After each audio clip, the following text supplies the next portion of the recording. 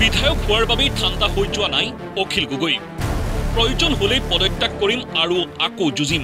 যে গোচৰ লগাওক, জেল দিয়ক, গুলিয়াই দিয়ক, ফাঁচি দিয়ক, আৰু কিবা যদি আছে সেইটো সকলোবিলাক কৰক, কিন্তু কাক বিৰোধিতা কৰি থাকিম আৰু কা যদি বলবৎ কৰে আকৌ যুঁজত জাপ মাৰি দিম।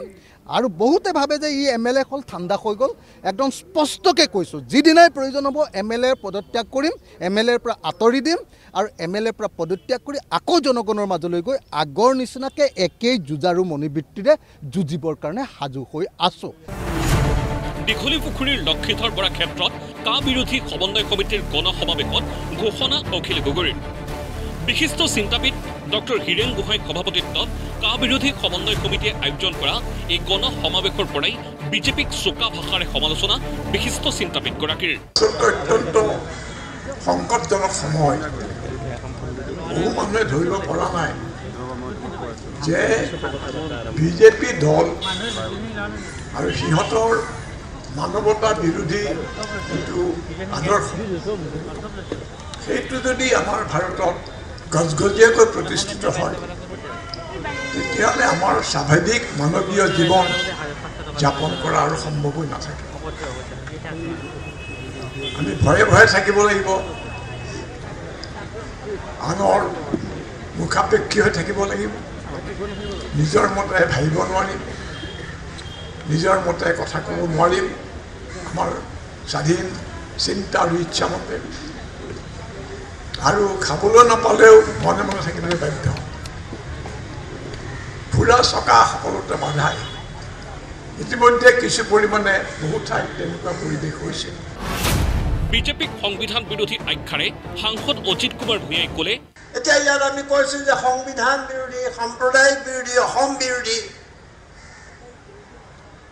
কিন্তু এইখন চৰকাৰে যোৱা 10 বছৰত কিমান সংবিধান বিৰোধী কাম কৰিলে তাৰ যদি হিচাপ লোৱা হয়, তেওঁলোকে হয়তো ইয়াত থাকিবলৈ জেগা বিচাৰি নাপাব।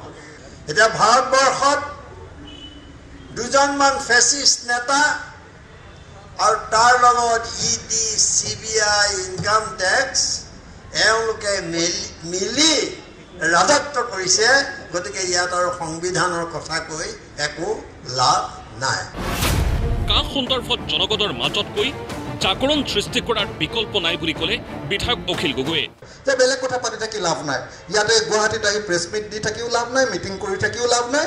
এটাই কাম কৰিব লাগিব যে কা বলবৎ কৰাৰ আগত এটা আকৌ ঝাটকা এটা যেনে কেন্দ্ৰীয় চৰকাৰে আমাৰ ওপৰত দিব, সেই সময়খিনিৰ কাৰণে আমি গোটেই মানুহখিনিক মানে কথা পাতিব লাগিব, সংগঠিত কৰিব লাগিব, ঐক্যবদ্ধ কৰিব লাগিব। আৰু যদি সঁচাকৈ সেই কামটো কৰিব পাৰোঁ, বাহিৰত যিয়ে দেখি নাথাকক, লাগিলে আকৌ কাৰ নিচিনাকৈ মানুহ ওলাই আহিব।